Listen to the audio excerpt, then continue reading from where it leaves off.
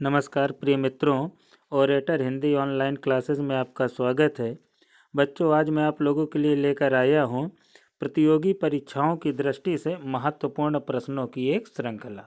देखते हैं बच्चों, प्रतियोगी परीक्षाओं में पूछे जाने वाले महत्वपूर्ण प्रश्न। सबसे पहला प्रश्न है बच्चों, देश का सबसे लंबा नदी रोपवे का उद्घाटन अगस्त 2020 में कहाँ पर हुआ? ऑप्शन पहले देख लेते हैं। ऑप्शन ए है Assam, option B Bihar, option C Mizoram और ऑप्शन डी लद्दाख। प्रश्न एक बार बच्चों फिर ध्यान से सुनिए कि देश का सबसे लंबा नदी रोपवे का उद्घाटन अगस्त 2020 में कहाँ पर हुआ? ऑप्शन मैंने बताया आप लोगों को, असम, बिहार, मिजोरम, लद्दाख। ठीक है बच्चों, उत्तर है इसका असम। देख लेते हैं इसकी कुछ डिटेल भी। यह रोपवे कुल 1.8 किलोमीटर लंबा है, जो ब्रह्मपुत्र नदी पर गुवाहाटी और उत्तरी गुवाहाटी को आपस में जोड़ता है। दुनिया का सबसे ऊंचा रोपवे जबकि बच्चों जम्मू कश्मीर के गुलमर्ग में है, जिसकी लंबाई 2.5 किलोमीटर है। ओके बच्चों, तो पहला प्रश्न हमारा, जिसका ऑप्शन ए असम सही है। देखते हैं दूसरा प्रश्न।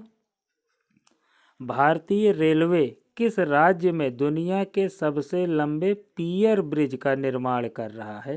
ठीक बच्चों, ध्यान दीजिए कि भारतीय रेलवे किस राज्य में दुनिया के सबसे लंबे पियर ब्रिज का निर्माण कर रहा है? ऑप्शन है हमारा, option A Arunachal Pradesh, option B Manipur, option C Punjab और ऑप्शन डी हिमाचल प्रदेश। क्या बताना है? सबसे लंबे पियर ब्रिज का निर्माण किस राज्य में हो रहा है? ठीक है बच्चों, ऑप्शन अरुणाचल प्रदेश, मणिपुर, पंजाब और हिमाचल प्रदेश। आपके लिए मैं पर्याप्त समय देता हूं, कितनी देर में आपकी भी अगर तैयारी हो तो आप ऑप्शन बता सके। ठीक है बच्चों, देखते हैं हम इसका उत्तर। उत्तर है हमारा बच्चों बी मणिपुर। ठीक, देखते हैं इस पुल की कुछ डिटेल। यह पुल 141 मीटर ऊंचा है तथा इसकी लंबाई 703 मीटर है और इस पुल ने यूरोप के 139 मीटर लंबे माला रिजेका पुल के रिकॉर्ड को पीछे छोड़ दिया है। ठीक है बच्चों, यानी इस पुल की लंबाई और ऊंचाई आप लोग को मैंने बता दी कि ये 703 मीटर लंबा और 141 मीटर ऊंचा है। ठीक है बच्चों, देखते हैं अगला प्रश्न। इन्वायरमेंट परफॉर्मेंस इंडेक्स अर्थात पर्यावरण प्रदर्शन सूचकांक 2020 में भारत की रैंकिंग क्या है? ठीक है बच्चों, 2020 में जो रैंकिंग बनाई गई थी इन्वायरमेंट परफॉर्मेंस इंडेक्स की, उसमें भारत की रैंकिंग क्या है? ऑप्शन है हमारे ए 60, बी 160, सी 168 और डी 170। ठीक है बच्चों, पर्यावरण प्रदर्शन सूचकांक 2020 में भारत की रैंकिंग क्या है? ऑप्शन हमारे हैं 60, 160, 168 और 170। ऑप्शन है बच्चों इसका सी 168। देखिए बच्चों, कुल 180 देशों में ये भारत का 168वां स्थान है, जबकि पहले स्थान पर डेनमार्क है। यह सूचकांक बच्चों अमेरिका की येल यूनिवर्सिटी, कोलंबिया यूनिवर्सिटी और वर्ल्ड इकोनॉमिक फोरम के साथ मिलकर हर 2 साल पर जारी करती है। 2018 में भारत का स्थान 177वां था। ठीक है बच्चों, ये इंक्रीज हुआ है, 2020 में 168वां स्थान भारत को प्राप्त हुआ है। देखते हैं अगला प्रश्न। चौथा प्रश्न है बच्चों, 29वें सरस्वती सम्मान के लिए किसे चुना गया? आपके सामने ऑप्शन है बच्चों, राजेंद्र जोशी, अमिताभ बच्चन, वासुदेव मोही, वजुवेंद्र तिवारी। ठीक है बच्चों, ध्यान दीजिएगा कि 29वें सरस्वती सम्मान के लिए किसे चुना गया था? राजेंद्र जोशी जी को, अमिताभ बच्चन जी, वासुदेव मोही और वजुवेंद्र तिवारी।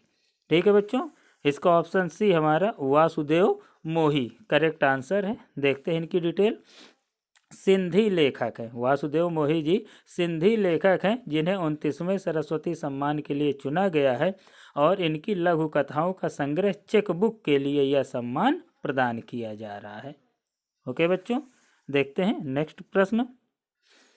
5वां प्रश्न है बच्चों आपके सामने, सबसे कम उम्र की किस भारतीय ने दक्षिण अमेरिका के सबसे ऊंचे पर्वत माउंट आकोनकागुआ पर चढ़ाई की? बच्चों ध्यान दीजिए प्रश्न कि सबसे कम उम्र की किस भारतीय ने दक्षिण अमेरिका में स्थित सबसे ऊंचे पर्वत माउंट अकोनकागुआ पर चढ़ाई की। ऑप्शन है बच्चों आपके सामने, काम्या कार्तिकेयन, अशोक भारत, रजनी तिवारी और अक्षय सिंह जैन।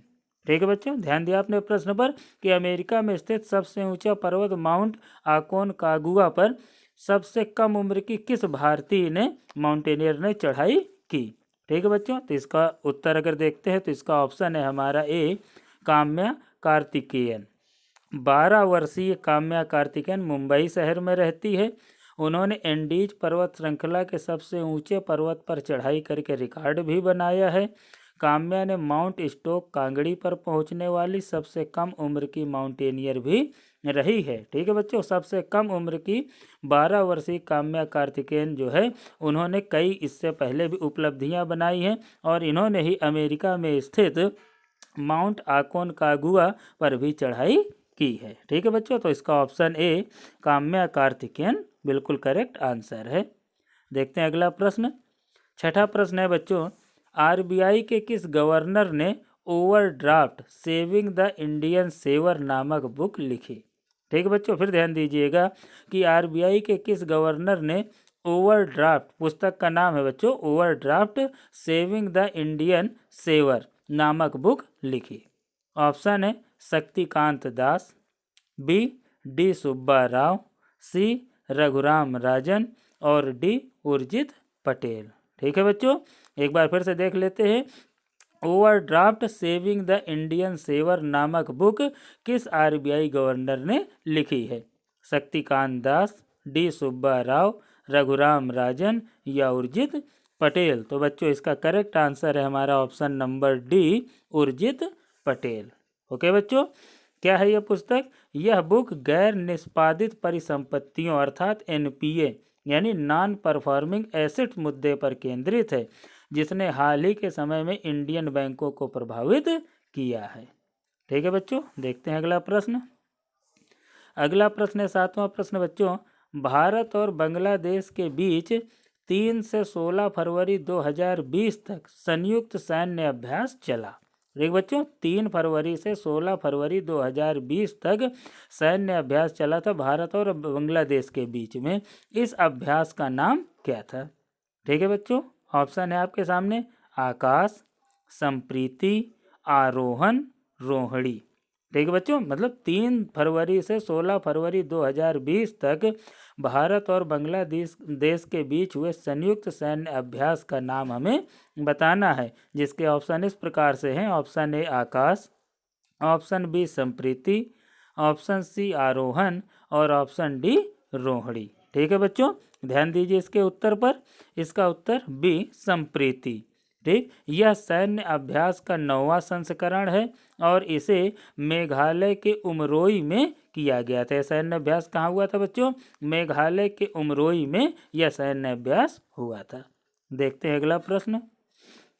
अगला प्रश्न बच्चों 8वां प्रश्न है कि भारत और ऑस्ट्रेलिया ने, दोनों देशों के बीच की संधि की बात हो रही है कि भारत और ऑस्ट्रेलिया ने किन द्वीप समूहों पर एक दूसरे के नेवल बेस के उपयोग करने का एग्रीमेंट किया है। ठीक है बच्चों, मतलब भारत और ऑस्ट्रेलिया ने, दोनों देशों ने यह एग्रीमेंट किया है कि वो अपने अपने नेवल बेस का उपयोग एक दूसरे की सहायता के लिए या एक दूसरे को उपयोग करने के लिए देंगे। कौन कौन से हैं बच्चों? अंडमान निकोबार और कोकोज आइलैंड, ऑप्शन बी है बारे आइलैंड, सी है बर्ड आइलैंड और डी है क्लार्क आइलैंड। ठीक है बच्चों, प्रश्न आपने समझ लिया कि भारत और ऑस्ट्रेलिया के बीच ये समझौता हुआ कि नेवल बेस का उपयोग एक दूसरे के हितों के लिए हम करेंगे। तो इसका ऑप्शन हम उत्तर देखें। ऑप्शन ए है बच्चों अंडमान निकोबार और कोकोज आइलैंड। यह बच्चों 4 जून 2020 को यह एग्रीमेंट हुआ ऑस्ट्रेलिया और इंडिया के बीच में, और उन्होंने डिसाइड किया है कि वो एक दूसरे के मिलिट्री बेस का यूज चीन की गतिविधि पर लगाम लगाने के लिए करेंगे। ओके बच्चों, देखते हैं अगला प्रश्न। अगला प्रश्न 9वां प्रश्न है बच्चों, कोविड-19 की वजह से खुद की अर्थव्यवस्था को आर्थिक मंदी घोषित करने वाला दुनिया का पहला विकसित देश कौन है? कोविड-19 की वजह से सभी देशों की अर्थव्यवस्था गिरी है, लेकिन स्वयं को आर्थिक मंदी घोषित करने वाला पहला विकसित देश कौन सा है?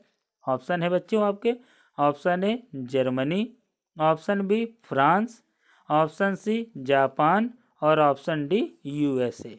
ठीक है बच्चों, फिर से अपना ध्यान दीजिए कि कोविड-19 की वजह से खुद की अर्थव्यवस्था को आर्थिक मंदी घोषित करने वाला दुनिया का पहला विकसित देश कौन सा है? जर्मनी, फ्रांस, जापान या यूएसए। तो बच्चों इसका ऑप्शन सी जापान हमारा करेक्ट आंसर है।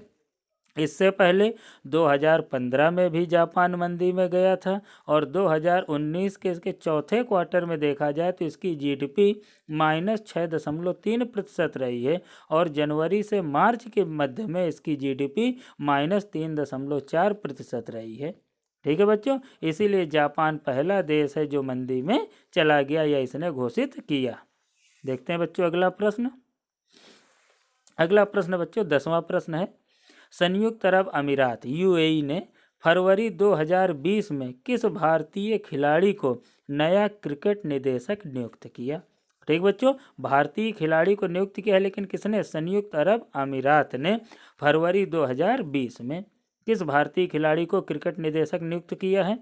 ऑप्शन है बच्चों आप लोग का सचिन तेंदुलकर, कपिल देव, हरभजन सिंह और रॉबिन सिंह। ठीक है बच्चों, ध्यान दिए कि संयुक्त अरब अमीरात ने भारतीय खिलाड़ी को अपना क्रिकेट निदेशक नियुक्त किया है। किनको? सचिन तेंदुलकर को, कपिल देव को, हरभजन सिंह को या रॉबिन सिंह को। ठीक है बच्चों, तो इसका करेक्ट आंसर है हमारा option D robin Singh. Robin Singh कौन थे बच्चों? 1989 से 2001 के बीच भारत के लिए एक टेस्ट और 136 एक दिवसीय अंतर्राष्ट्रीय मैच खेले। ठीक है बच्चों, आप लोगों के बहुत ही जरूरी, बहुत ही आवश्यक प्रतियोगी परीक्षाओं की दृष्टि से बहुत ही इंपॉर्टेंट प्रश्नों का संग्रह है बच्चों। ध्यानपूर्वक इन सभी प्रश्नों को आप लोग याद करिए और बहुत ध्यान से देखिए। देखते हैं अगला प्रश्न।